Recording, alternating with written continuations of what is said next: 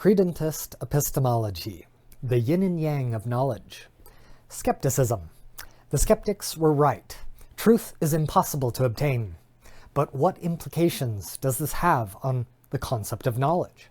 If we cannot access truth, does that prohibit us from obtaining knowledge? We cannot be absolutely certain that the world around us is real, or that our interpretations of reality are true, because truth transcends our sensory data. There's always the possibility of a deeper layer of reality, a deeper simulation, a deeper matrix, a deeper demonic illusion, a deeper brain in the vat. We have no access to the most ultimate layer of depth. We cannot be absolutely certain that the future will always be like the past, because the truth about the future transcends our memories of the past. The only reason we think the future will be like the past is because we have a pattern of memories that sketch a pattern of events. We see the sun rise on Monday. We see the sun rise on Tuesday. We sketch a pattern that the sun will also rise on Wednesday. Yet we have no reason to have absolute confidence in this pattern. We are merely correlating events and projecting that correlation into the future. The laws of gravity, you say. We can trust that the sun will rise tomorrow because of the laws of gravity. Who says that the law of gravity must remain consistent? Your only appeal to the consistency of gravity is a memory that gravity worked yesterday, and it also worked the day before.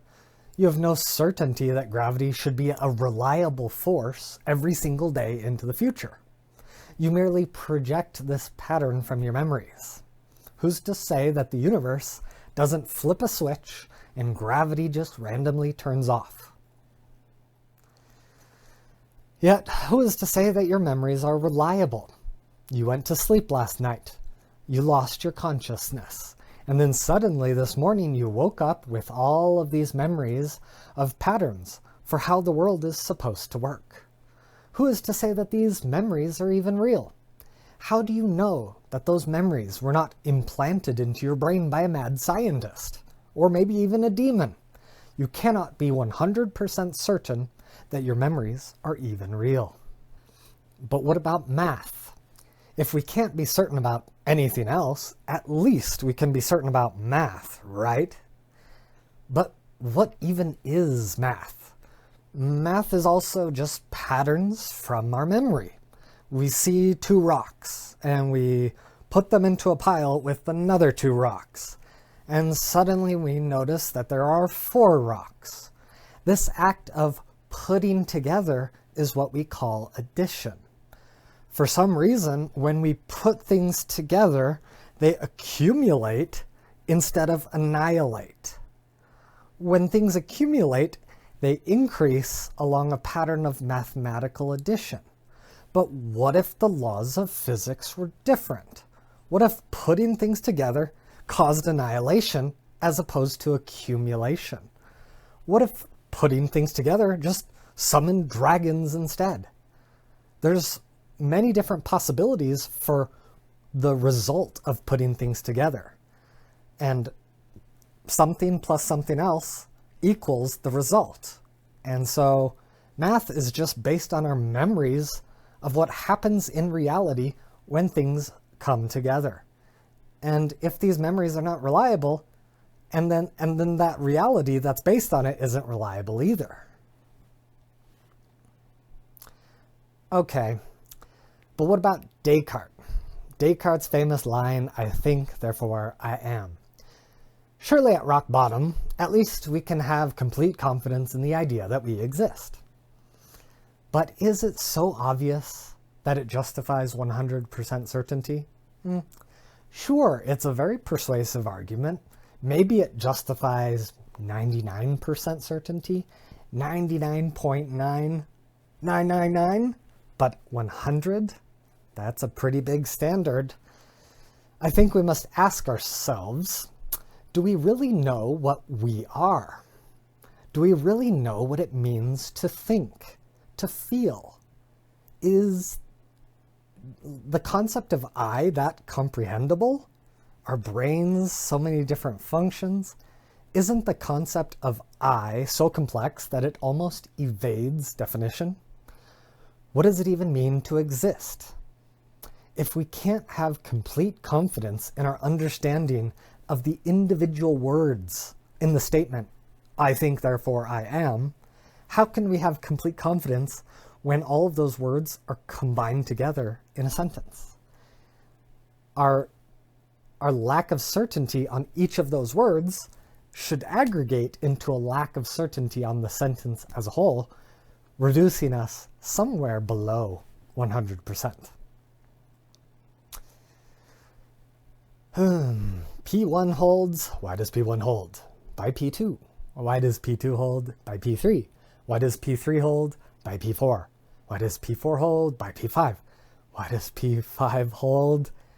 Dun, dun, dun. There's a deeper problem with 100% confidence. The idea of an infinite regress. Every time we claim A, we must justify it with explanation B. But then explanation B now needs a justification.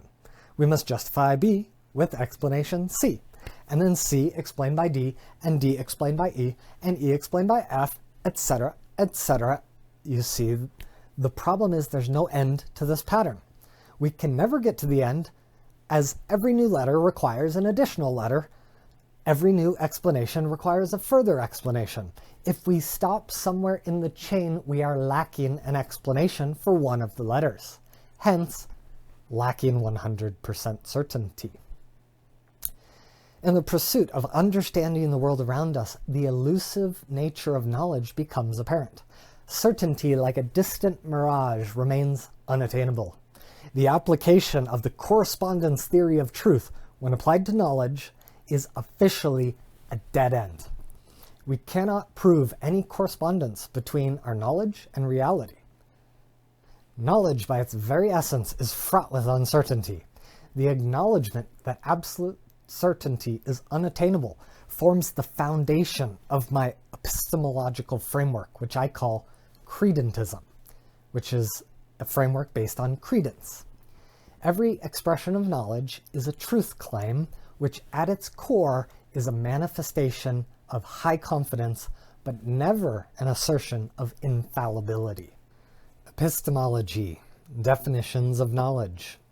Classical knowledge equals JTB. From the time of Plato, knowledge was thought of in terms of it being a justified true belief, JTB.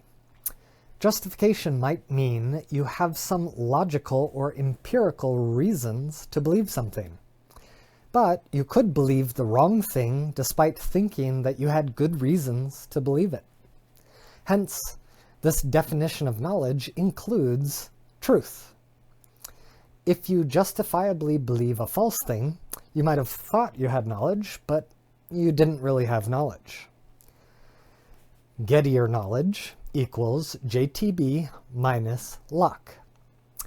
After thousands of years of people assuming JTB was a sufficient definition for knowledge, Edmund Gettier upended the traditional definition of knowledge by coming up with a category of epistemological paradoxes known as Gettier problems. The gist of a Gettier problem is the idea that a person can come to a justified true belief accidentally. And accidentally true beliefs do not instinctually feel like knowledge. It seems more like someone got lucky as opposed to someone that actually had knowledge. Example, if you look at your watch and you're trying to tell the time, you have a justification to believe the time that's on the watch because watches are usually reliable sources of truth about the time. Unfortunately, your watch is broken. But it just so happens that a broken clock is right twice a day. Your watch accidentally gives you the correct time because you fortuitously looked at your watch at the exact time of day that it happened to align with. You have a justification, you have the truth, and you have a belief. You have JTB, but the instinctual feeling is you lack knowledge. Instead of knowledge, you just have luck. Epistemic luck. As I see it, the solution to Gettier problems is to just acknowledge that there must be a logical relationship between the justification and the truth of the matter. A working clock has a logical relationship with the truth, but a broken clock has no such logical relationship. There's no connection with the broken clock and what time of day it is. It's pure chance. If the reasons behind your beliefs don't have a logical relationship with the truth, then they are just accidentally true beliefs as opposed to knowledge. So Gettier knowledge equals JTB minus luck, or it equals JTB with a logical relationship between J and TB. Side note, I believe that I have discovered that Socrates formulated the first Gettier case. Like, this is groundbreaking news, right? Everyone thought Gettier was this genius. No, Socrates is the original genius. And this proves the adage, everything of importance has been said before by someone who did not discover it. Alfred North Whitehead. And everything has been said before, but since nobody listens, we have to keep going back and beginning all over again. Andre Gide. So, Socrates' Gettier case. This is a fun one. Theaetesis by Plato. Socrates, when a person at the time of learning writes the name of Theaetetus and thinks that he ought to write, and he does write, TH and E, but again, meaning to write the name Theodorus, he thinks that he ought to write and does write T and E. Can we suppose that he knows the first syllables of your two names? Theaetetus' response to Socrates. We have already admitted that such a one has not yet attained knowledge. Let's break it down.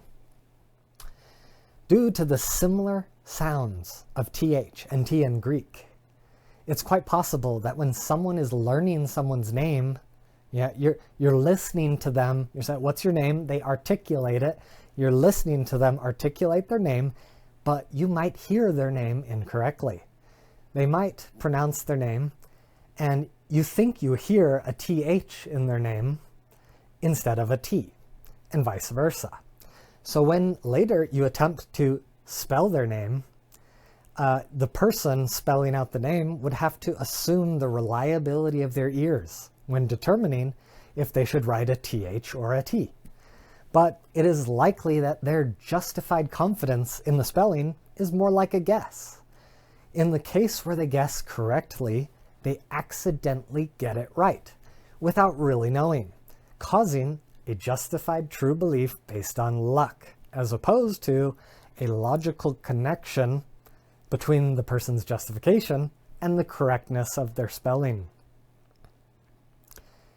Here's a little meme, Gettier versus Plato. Justified true belief fails if it is founded upon epistemic luck. No shit, Sherlock. I already articulated that 2 millennia ago. Epistemology gone wild. The nature of truth. I've never liked the inclusion of truth within the definition of knowledge, as paradoxical as that may seem. Truth is that which conforms to reality, but reality is elusive. How can we know what reality is? We view reality through our senses, but what if our senses are lying to us? So that makes that truth impossible to obtain, right? I am skeptical that truth can be demonstrated in the first place. And if that's the case, then truth becomes a useless aspect of the definition, right? So truth, right, if we don't have the truth, then how is it functioning in JTB? Well, truth, it seems more like a supposed truth, right? And a supposed truth, that sounds a lot like a belief.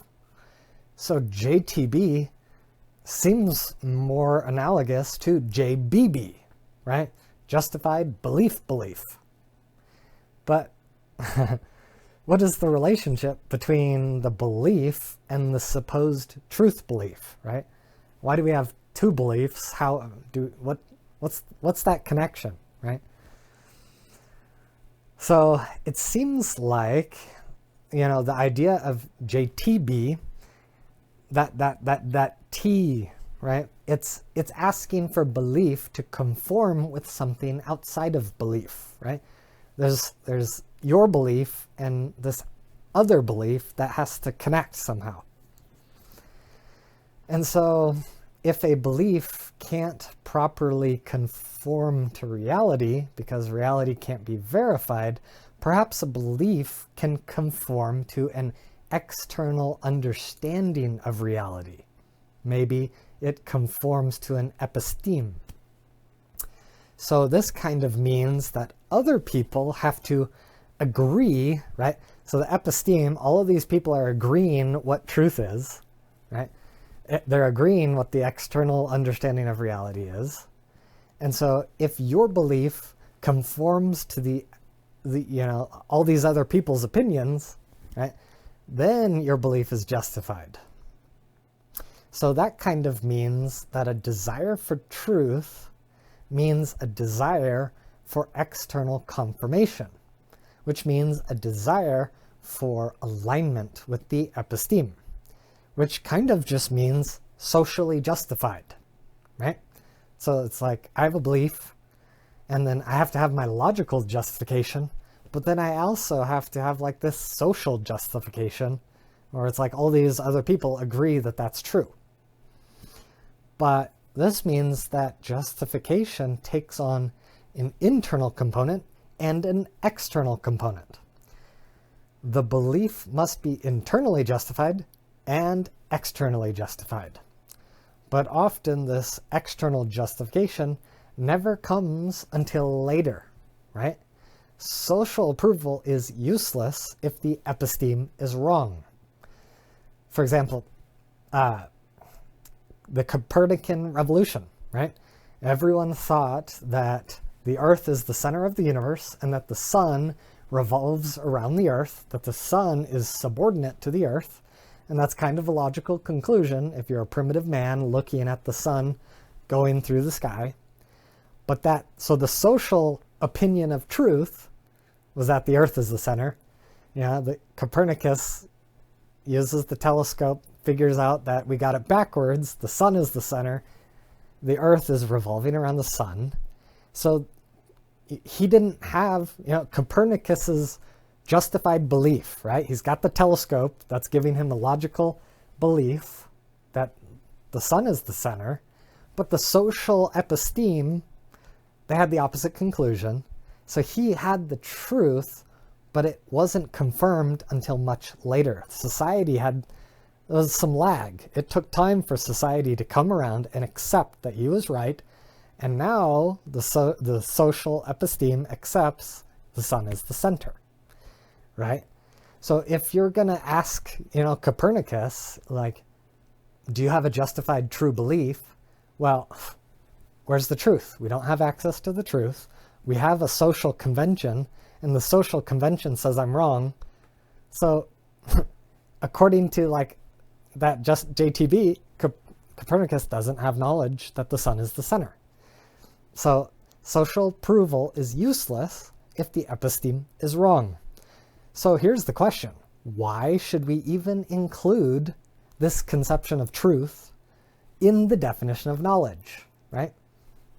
Subtracting this means we can reduce JTB from JBB down to JB. So this sets up my epistemological paradigm, credentism, where credentist knowledge equals JB, justified belief. The subjective nature of knowledge. Knowledge is an aspect of human nature, an outgrowth of our subjectivity. Our brains are pattern recognition machines. We are constantly deducing patterns. When we find strong patterns, Our brains encode these patterns internally with a high degree of confidence. When the person looks at their watch for the first time, they have a high degree of confidence about the time. Hence, they think they have knowledge. When the person realizes that their watch is broken, they find a problem with this pattern. And then they lower their confidence in the watch. They now lack knowledge about the time. In this sense, knowledge is something that fluctuates based on personal feelings. Gettier cases are not only solved by recognizing justification includes a logical relationship between the reasons for the belief and the supposed truth of the matter, but also by recognizing that in both cases, the individual had the subjective experience of knowledge, but the latter knowledge, it outcompetes the former knowledge by having a superior justification, right? It's like the knowledge evolves as the justification evolves. This is the pattern of knowledge over time from episteme to episteme, from paradigm to paradigm. Newton had knowledge of gravity, but his knowledge was superseded by a superior knowledge in Einstein, who had superior justifications and superior explanatory power, right? Superior evidence. This means that knowledge can be reduced to justified belief, JB, and further, justified belief can be interpreted as confidence. So credentist knowledge equals JB equals confidence, right? Confidence level. The evolutionary function of knowledge. I think that words function as tools for social utility. And social utility ultimately boils down to evolutionary utility. Knowledge as a word, hence, functions for evolutionary purposes, not metaphysical purposes. Knowledge seems to be a degree of confidence that justifies further actions, right? Evolution cares about proper actions, and knowledge is a central component of guiding those actions. And we have to incorporate evolutionary risks. The higher the risks that are associated with an action, the higher the confidence that will be necessary for justifying those actions. So the degree is relative to the situation. So that means knowledge is relative to the situation. For example, when a friend asks you, "Do you know his name?" you could say, "Yes, it's Bob." Why? Because he told you his name before, right? Now, technically, he could have been lying. You're not 100% sure his name is Bob, right? But that is kind of trivial, right? The idea that he is operating on a fake name, it's very conspiratorial. The probability is low. And we're just casually talking about Bob. We don't need to consider these minute probabilities. We just take him at his word. We assume we have a sufficient degree of confidence. Yeah, his name is Bob. I know his name is Bob. Whatever confidence level I have, it's good enough for this conversation, right? But if we were to file a government report on Bob, we might want further justification, further verification, like a driver's license, because the stakes are higher, right? Do we have the correct Bob, right? Maybe he is like operating under a fake name, and we got to figure out exactly who this person is, because we want to get the report right, because, you know, it's important how crime and justice and punishment and, you know, evidence, all of that, there's a lot of well-being at stake here. And so we are going to want a higher degree of confidence to justify further governmental actions, right? So if the governmental official asks you, do you know his name is Bob? In this circumstance, you can't respond with yes. You don't know his name unless you've checked his driver's license, right? Because the knowledge threshold has been raised by the circumstance. So that's how it contrasts circumstance to circumstance. Epistemological paradigms. Level 1 epistemology, dogmatism. Knowledge equals 100% confidence, and I have knowledge, right? Level 2 epistemology, skepticism. Knowledge equals 100% confidence, but I have no knowledge.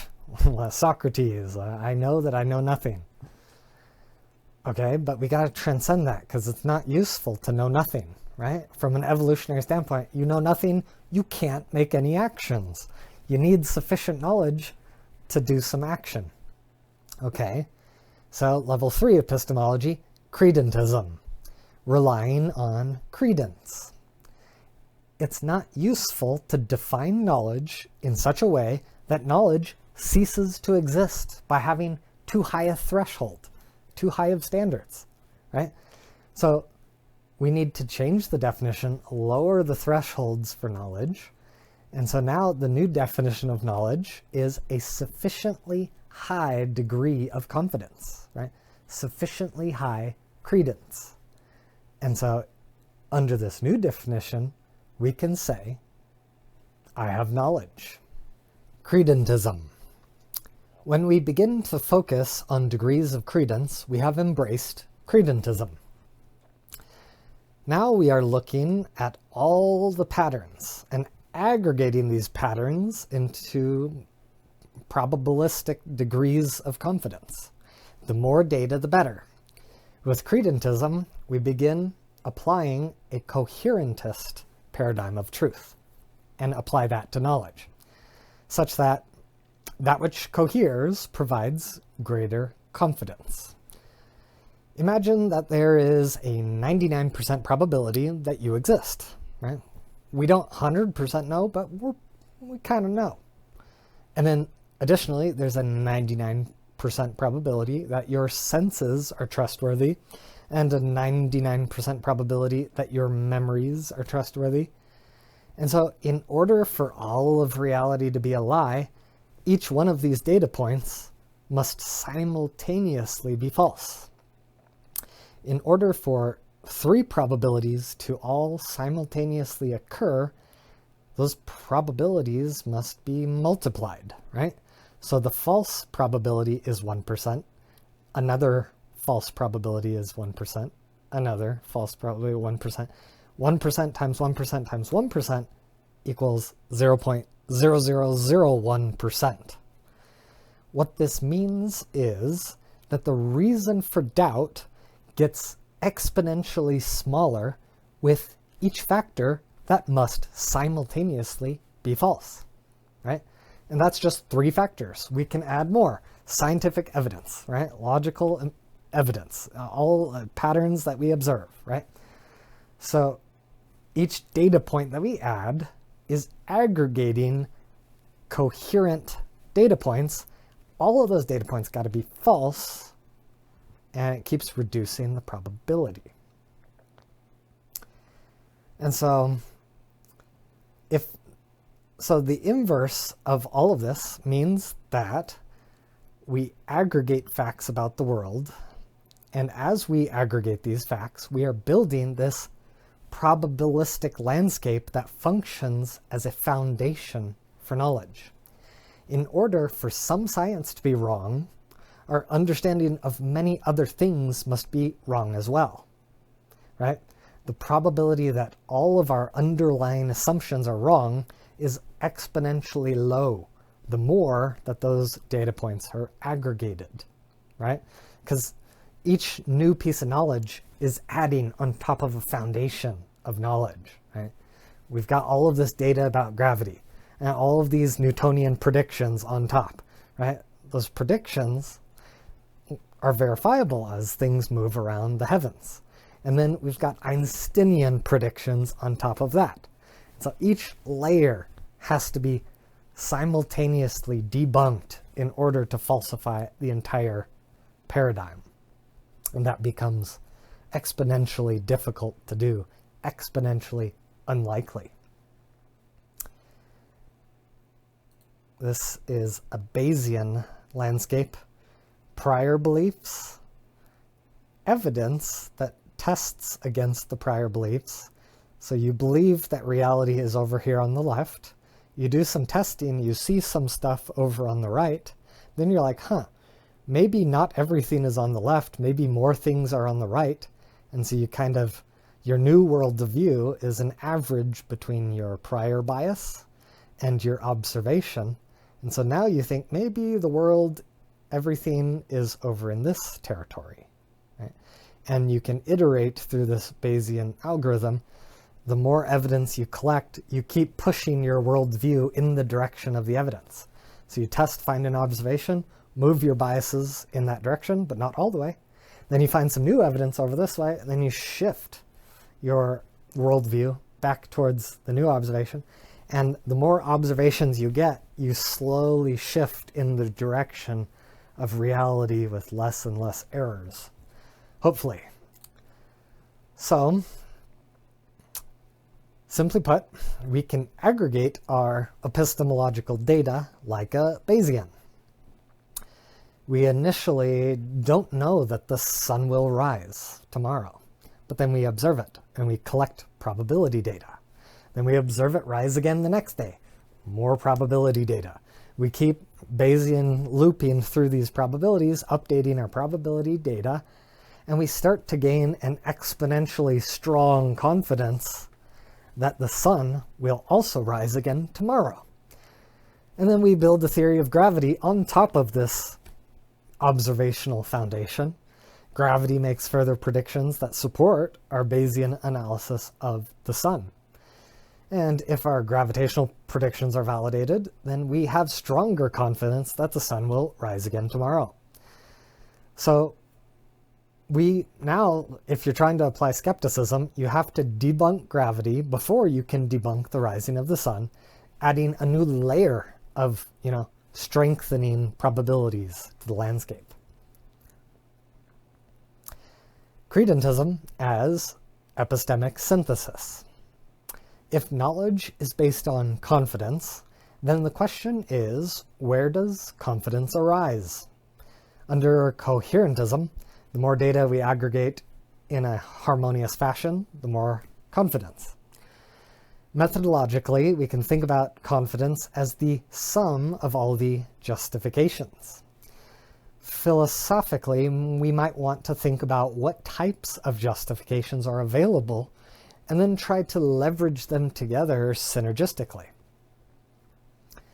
So, different types of approaches here. Kind of a loose hierarchy, it's debatable, and don't worry about it. We've got, assertions, deductions, skepticism, inductions, abductions, synthesis, right? So at this kind of level 1 level, you've got assertions, and we usually view assertions as weak. It's like, what's the foundation? I don't know. I just trust what I see. I just have faith in this axiom. And to a degree, axioms are important, like science, math, morality. Almost everything relies on axioms. And philosophy, you dig deep down, it's really hard to justify axioms. We talked about infinite regress. So you can't criticize level 1 too much, but you shouldn't overemphasize it, right? So assertions are one type of epistemology. And then we've got deductions, and deduction, it's kind of mathematical. It's mathematical logic. This premise plus this premise equals this conclusion. So you've got a more rigorous framework for kind of seeing the flow of patterns in reality. But then you've got level 3 skepticism, and skepticism, we're kind of being skeptical of all these axioms, right? You might okay, we think X. Well, why X? Well, because, Y. And then why Y? Well, because Z. And why Z? We don't know, right? And so now we're skeptical. And you don't have justification for this chain of logic. right? And that's another epistemology, is to try to dig down these justifications to see if they're sturdy or not. And fallacies, right? Lots of fallacies. It's kind of bad logic. You've got some errors in your premises and conclusions and the flow of not a valid argument, etc. So that's valuable to kind of, if you're trying to figure out what the truth is, you got to make sure that you don't believe in the fallacy, the fallacious conclusions. You got to root those out with level 3 skepticism. But that, leaves you lacking the foundation if you debunk everything, right?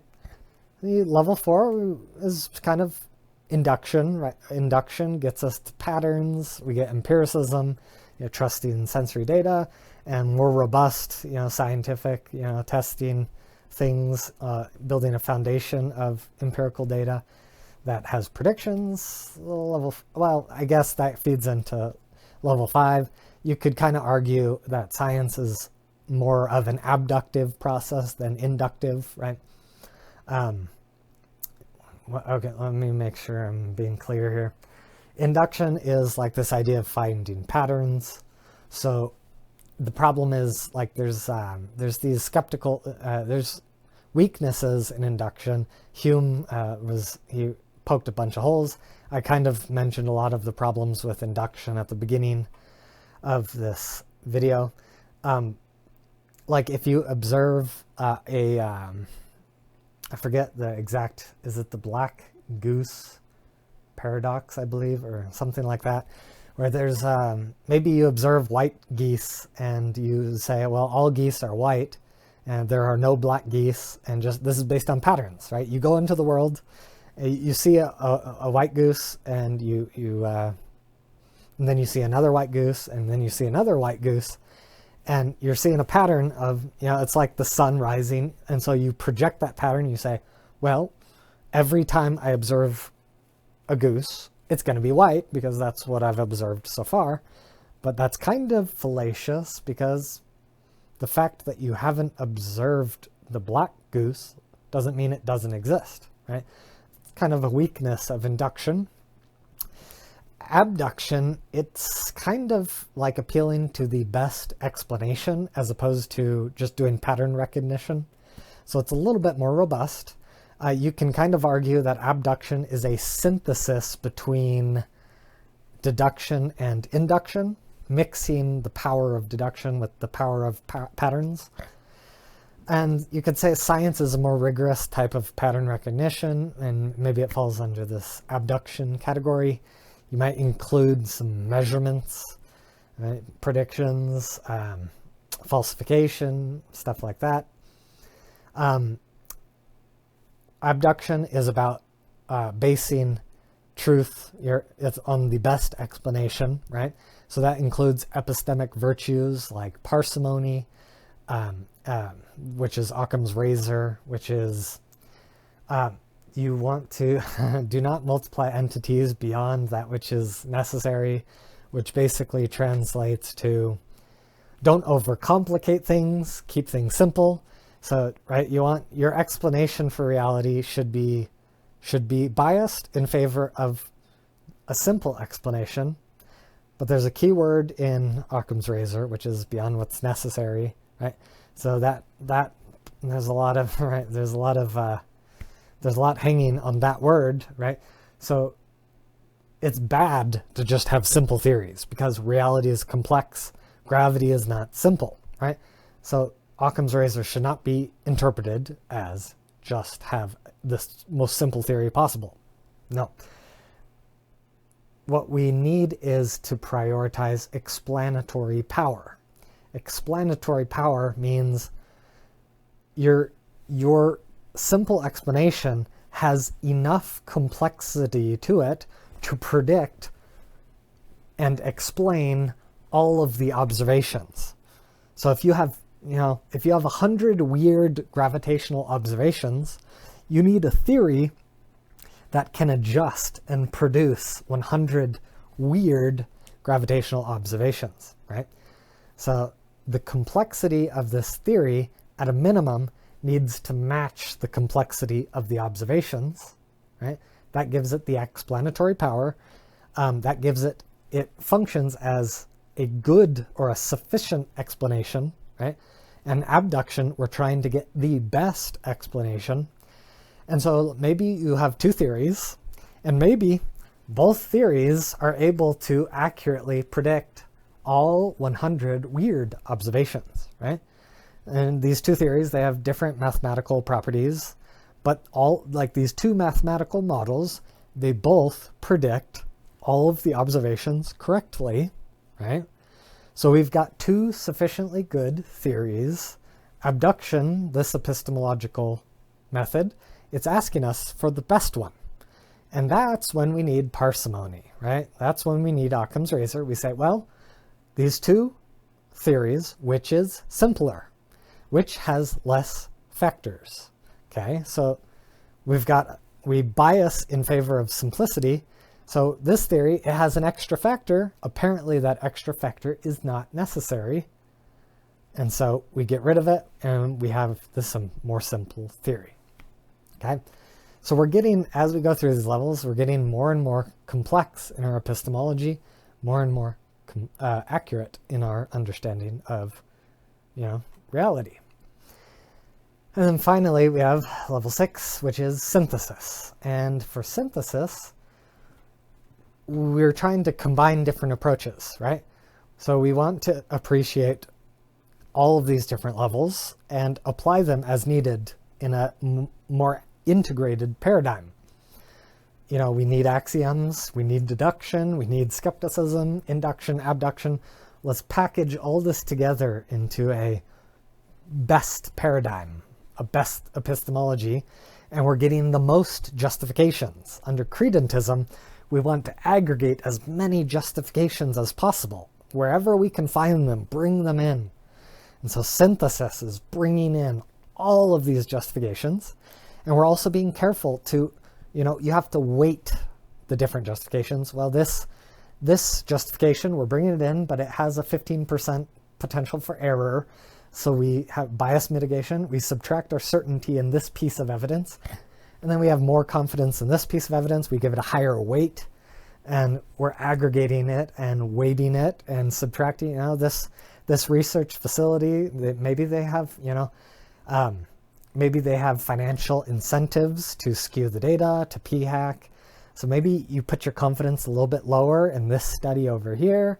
And now we have a meta-analysis. We're aggregating all these different scientific studies and we're weighting them based on how much they should be trusted. And, different countries, maybe you don't trust America because it's a pro-American study. So get China or Russia to do the American study, and they might have a bias to view America unfavorably. So you're mitigating the pro-America bias with the anti-America bias to see what the truth is. And so synthesis gets you closer and a more strong confidence, right? A confidence that you can justify to others. You can say, here's this mountain of data. That's my justification. The yin of the yin-yang.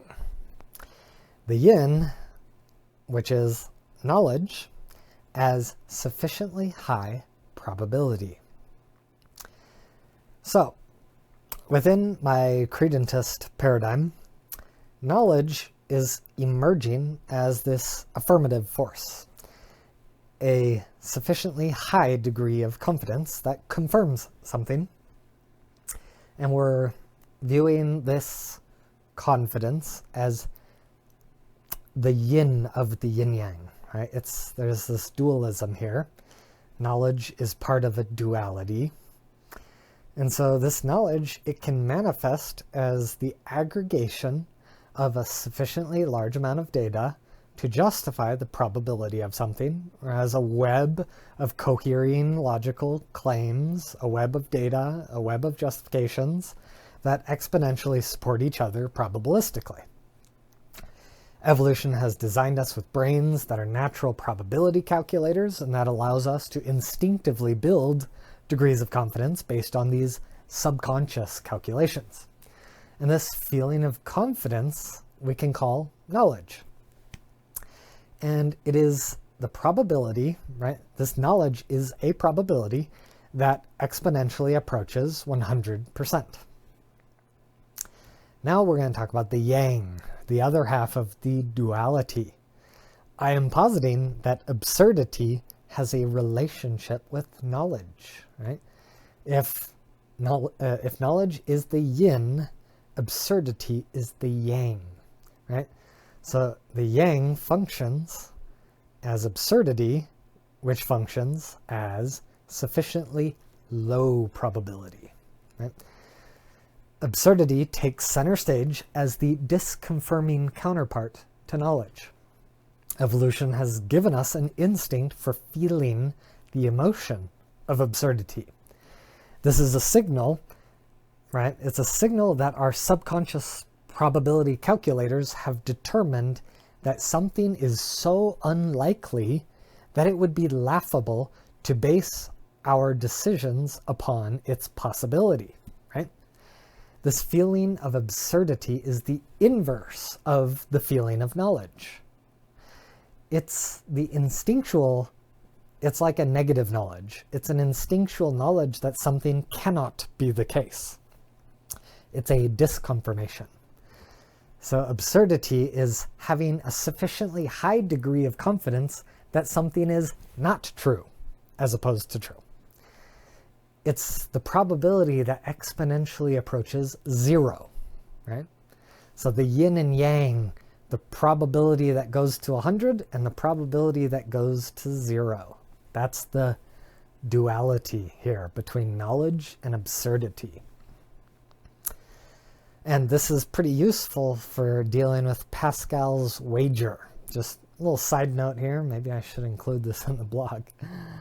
Pascal's wager is kind of an annoying theistic argument that atheists, they're kind of dumb because, they think there's no God and they're living a heathenistic life. And they're, if there's just a tiny % chance that they're going to go to hell, it's worth it to just believe for pragmatic reasons, right? Just believe in Christianity because you want to avoid that negative possibility is so bad you got to avoid it, right?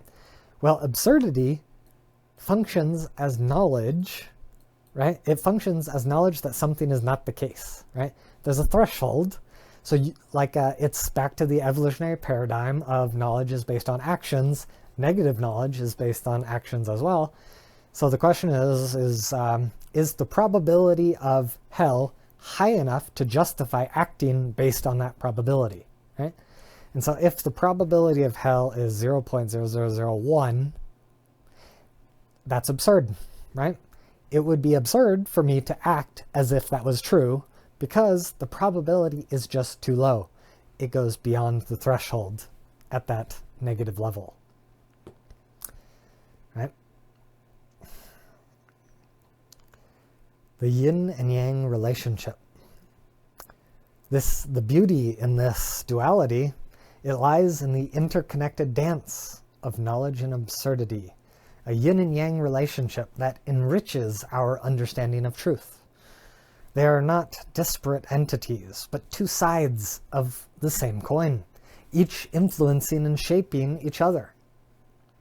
So here is my artistic model of the yin and yang of knowledge that is kind of a backbone for credentism.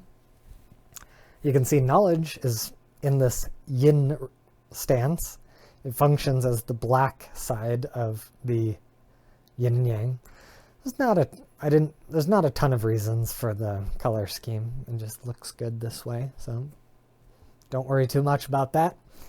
So knowledge functions as something like 99.999% confidence that something is true. But if you're only 99.999% confident, what's left over? Well, that's your doubt, right? The doubt is this little white circle inside the yin. There's 0.001% doubt hiding inside your knowledge, right? So this paradigm shows you that knowledge is never complete.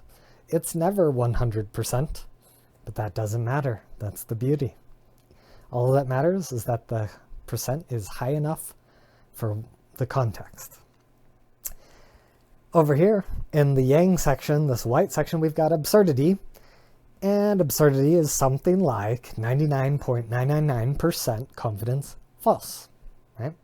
And hiding within this absurdity is slight possibilities, right? Maybe you don't think hell is real, but there's a 0.001% chance that God is tricky and he's getting ready to throw you in some holy fire. And that possibility, if it's too low, it's just, you got to ignore it, right? So we've got too much knowledge that it's false to base our actions on this tiny possibility. But these percentages, they vary from claim to claim, from circumstance to circumstance, right? So the size of these little circles in the yin-yang can vary. So it's important to weigh these probabilities in order to determine how you're going to act in the world. Small circles within yin and yang. Within the yin and yang symbol, small circles emerge as poignant symbols. These circles represent doubt and possibility, the gray areas between knowledge and absurdity. The existence of these small circles shows an element of open-mindedness that transcends the more black and white, closed mindset. The circle within knowledge is the degree of doubt, the probability that our assumptions are wrong. Numerically, 100% is the sum of knowledge and doubt, right? They combine together to 100%. And the larger this doubt, the less our knowledge. And as we reduce our doubts towards 0, our knowledge increases towards 100% confidence. Conversely, the circle within absurdity is the degree of possibility, right? The probability that despite our confidence that something is false, there's a possibility that it may be true despite our expectations, right? This often happens for conspiracy theories. You know, is the conspiracy theory absurd? Well, maybe there's a little bit of possibility there, right? And so, but you know, as the absurdity of a conspiracy theory approaches 100%, right? We've got that negative confidence. Then, you know, the possibility goes towards 0, right? The confidence that something is not the case. But there's always a small possibility we are wrong. We never get all the way to 0. Numerically, 100% is the combination of absurdity and possibility. The larger the possibility, the less absurdity, right? As we reduce the possibility towards 0, the level of absurdity goes towards 100, right? And so we're thinking that we've got this negative confidence that something has a 0% chance of occurring, right? Modeling knowledge. Depending on your epistemological paradigm, you will have different definitions of knowledge. Agnosticism means a lack of knowledge, right? A is like not, gnosis, like knowledge, not knowledge, lack knowledge, right? So agnosticism, not having knowledge, is very relevant to epistemology, which is how we get knowledge, right? How you get knowledge, how you get a lack of knowledge. And so agnosticism, what you think it is varies based on your interpretation, right, of knowledge, right? Your definition of knowledge is going to affect your opinion on agnosticism. So this is kind of relevant for like agnostic versus atheistic debates, right? So just, you know, some people, they have very low standards for what is considered knowledge. Any type of personal testimony is as good as gospel. This is often, you know, more conspiratorial types. I saw this video. This person said XYZ. Anecdote, right? All these obscure websites, right? And so all of these things are knowledge. He said he saw an alien. Aliens exist, right? Knowledge. So they've got a little bit of data collection and boom, good enough to be considered justification for a knowledge claim. So for them, anything, right? Anything that remotely shifts the probabilities in the direction of a conclusion is sufficient evidence for knowledge, right? So these people, they kind of start in this unbiased zone of everything is a 50-50. Are aliens real? I don't know, 50-50. And then they see, they see a testimony, right? They see someone say, oh, I saw aliens. They're like, okay, that piece of data shifts us from 50% to, 55% that aliens are real. And 55% aliens are real, that's knowledge. That's a good enough threshold. Anything that goes in that direction, boom, good enough. So that includes lots of things like, did you have a weird dream? Yep, that's knowledge, right? These like demonic experiences. You have a weird experience. Oh, okay, demons are real. You saw a ghost? Oh, we're not going to consider hallucinations. Oh, ghosts are real, right? And the supernatural is real. Like, very quick to go in that direction. Very low thresholds. And so from this paradigm, everything is possible. And that based on a default probability of everything at 50%. And only when things are truly 50-50 can this person be agnostic, right? And so if things are 50-50, I don't know if aliens are real. Get one testimony, okay, I know aliens are real, right? That's how bipolar this paradigm is. So I have been calling this paradigm epistemic agnosticism, and that's because their lack of knowledge is due to having zero epistemic resources, zero data, right? So when they have zero data, they are agnostic. Once they have one piece of data, they are no longer agnostic, okay? And that's because they hinge on an epistemic binary, any evidence versus no evidence.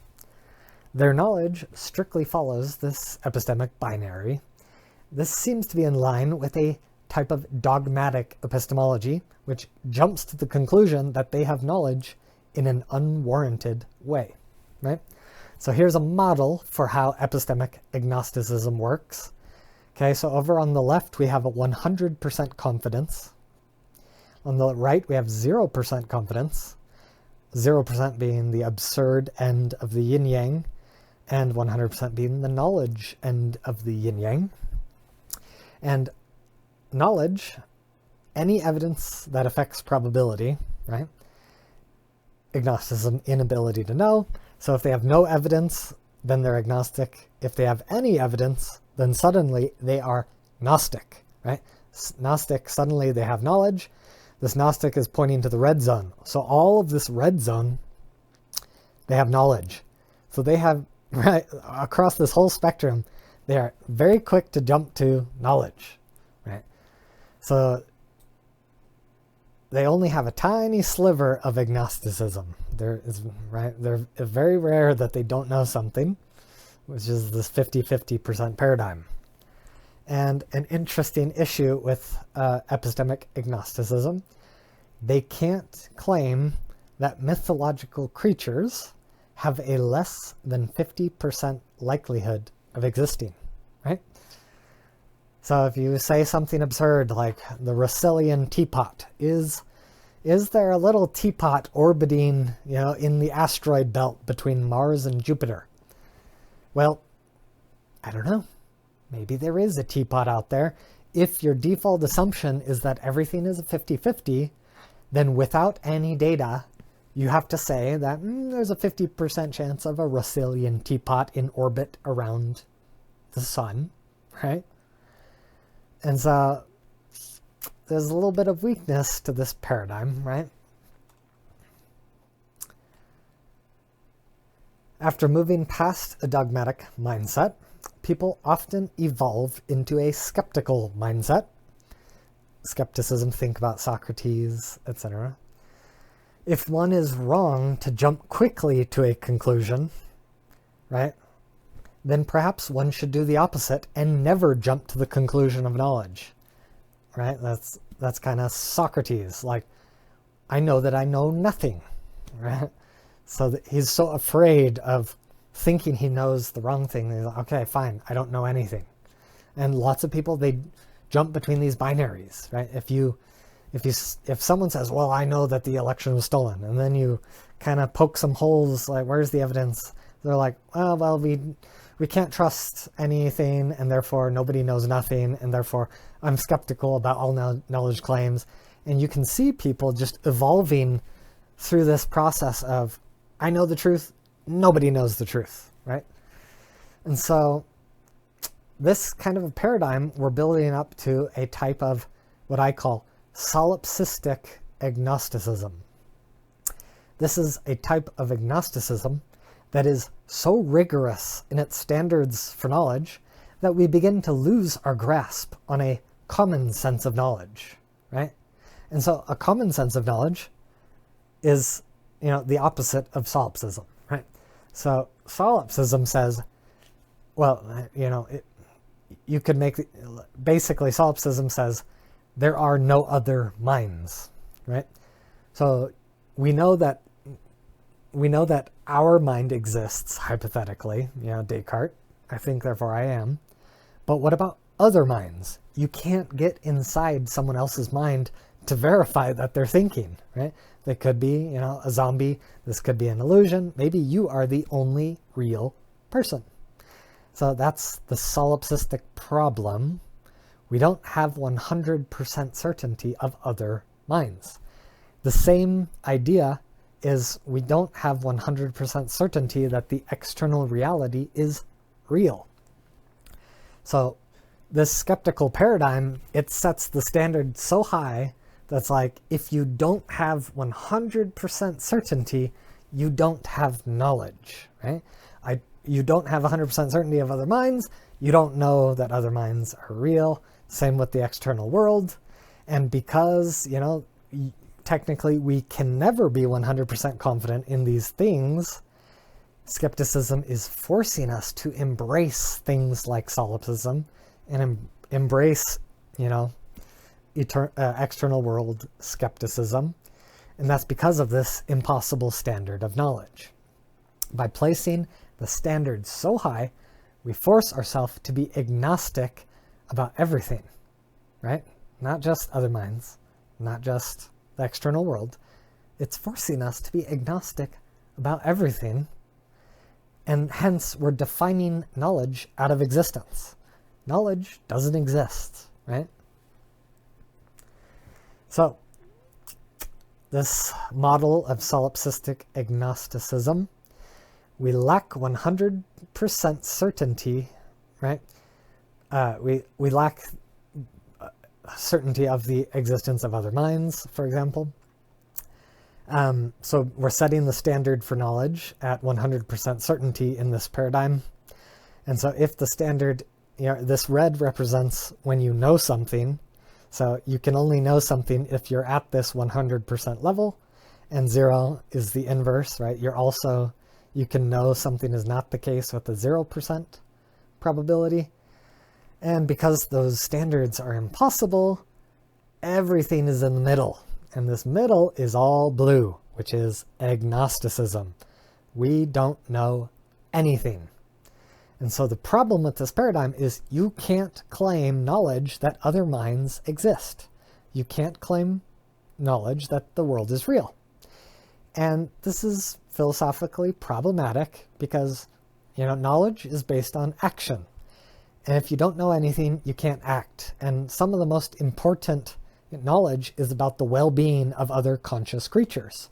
And if your epistemological paradigm debunks other conscious minds, you are debasing their well-being, potentially, which is potentially a moral catastrophe, right? So this seems like a philosophic disaster of a trajectory. Okay, so now we're going the science direction. Within the scientific paradigm, we begin to find a more happy medium between the two extremes, right? We've got the extreme of epistemic agnosticism and the extreme of solipsistic agnosticism, right? Too quick to get knowledge and too difficult to get knowledge, right? Too easy, too hard. And now we're being a little bit more mathematically rigorous, right? We're getting these probabilities of these phenomena that we observe due to scientific causation as opposed to chance. Scientific agnosticism becomes a type of agnosticism wherein you lack knowledge because the studies don't yet show a strong enough link to justify concluding a causal relationship as opposed to a correlated relationship.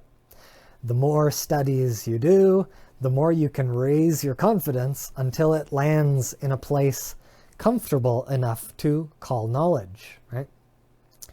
Science is a credentist epistemology because it embraces the sufficiently high confidence definition of knowledge that is based on probabilities and the accumulation of evidence, right? Just an example, going back to the evolutionary paradigm, depending on the context, you need higher standards, right? And we already do this. For example, in the automobile industry, there's this concept of 6 sigma, right? And so basically, a vehicle needs to be manufactured to be safe, right? What is safety, right? It's somewhat relative. So vehicles might get in, might cause fatalities, right? And there's a measurable relationship between vehicles and fatalities, right? And so you could say vehicle A has a 1% fatality ratio in accidents, and vehicle B has a 0.1% probability of fatality in accidents. So now we're starting to measure, right? Science, we're measuring things, we're comparing. We can say, okay, car B is safer than car A.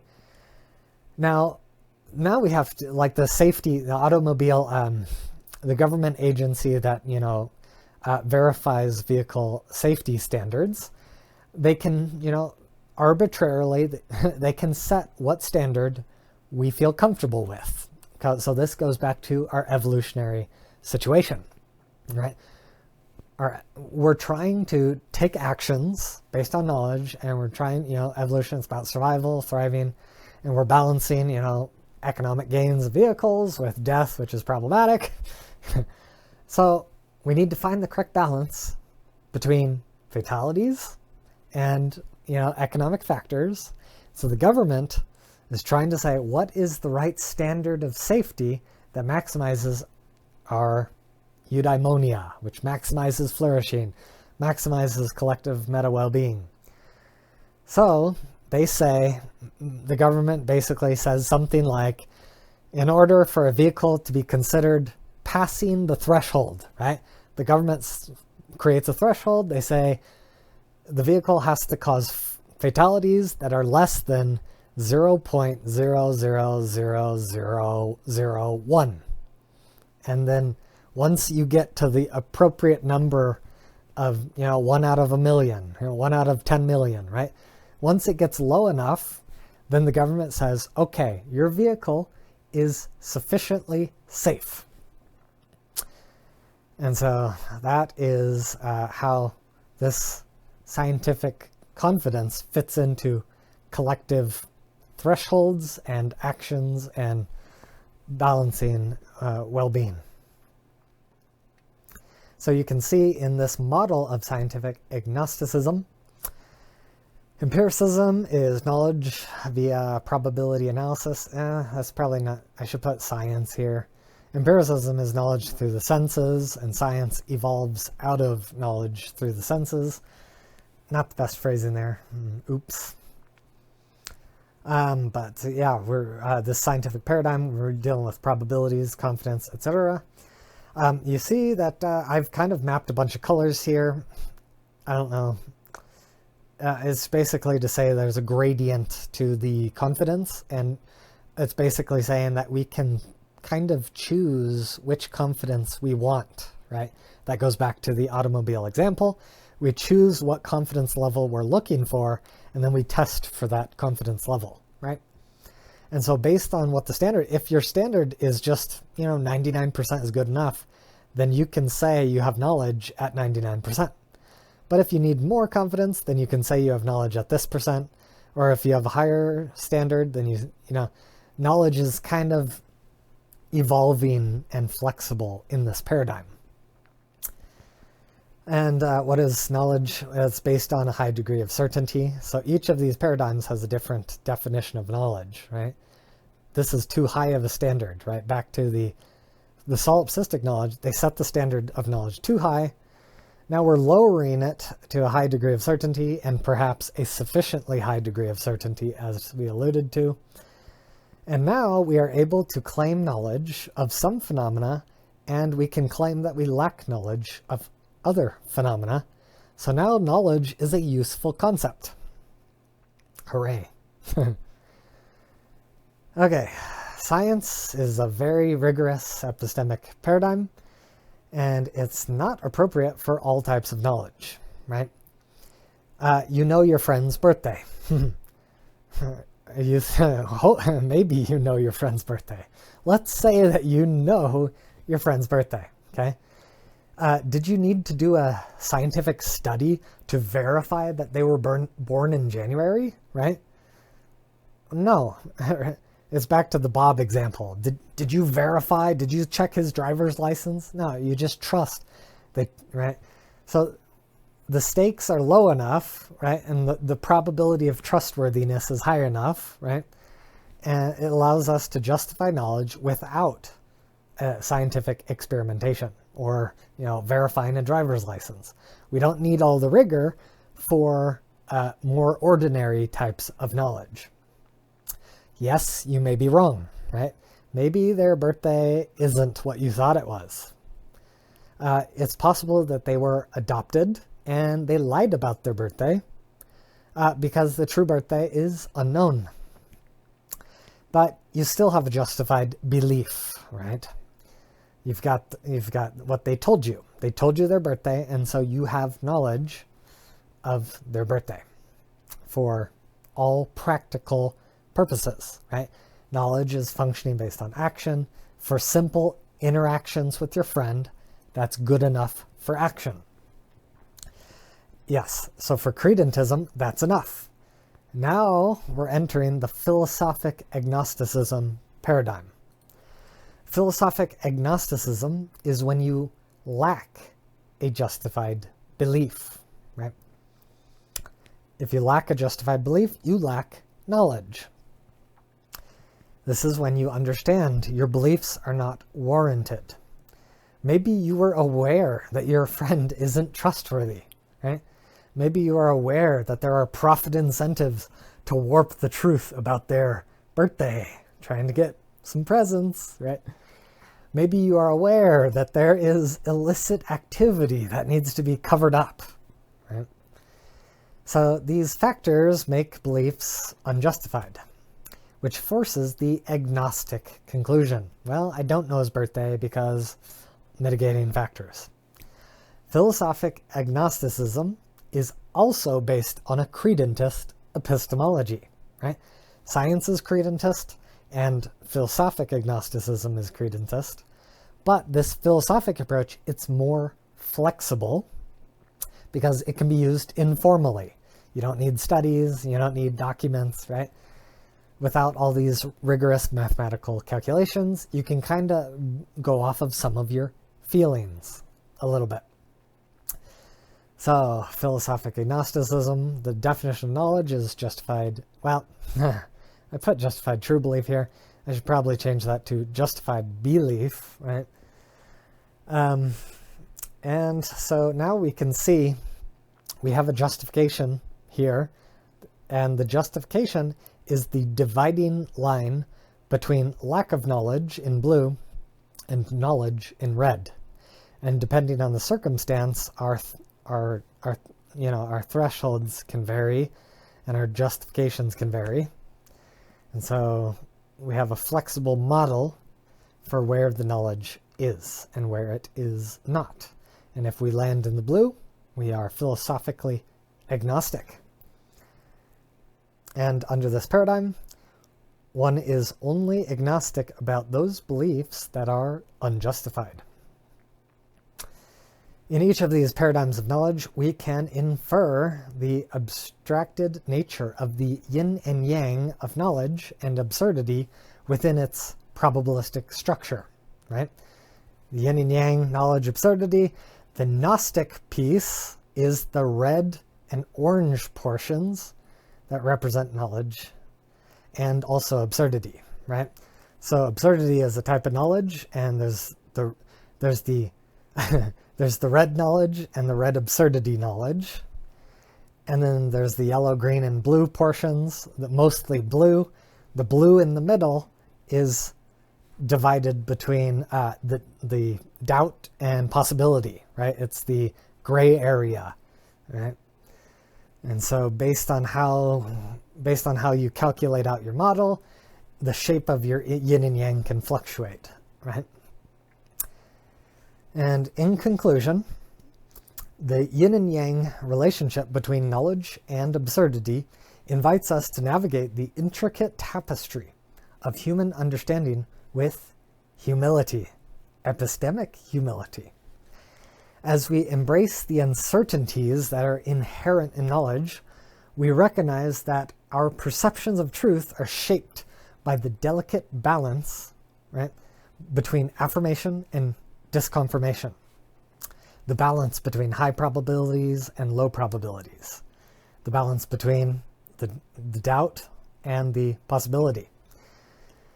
This paradigm challenges us to appreciate the interconnected dance between knowledge and absurdity, fostering a deeper and more nuanced appreciation for the dynamic nature of our beliefs. In this dance, the small circles within the yin and yang, it beckons us to explore the subtleties that define our intellectual journey, while drawing boundaries where justified confidence may be asserted, and past those lines where justified confidence is no longer possible.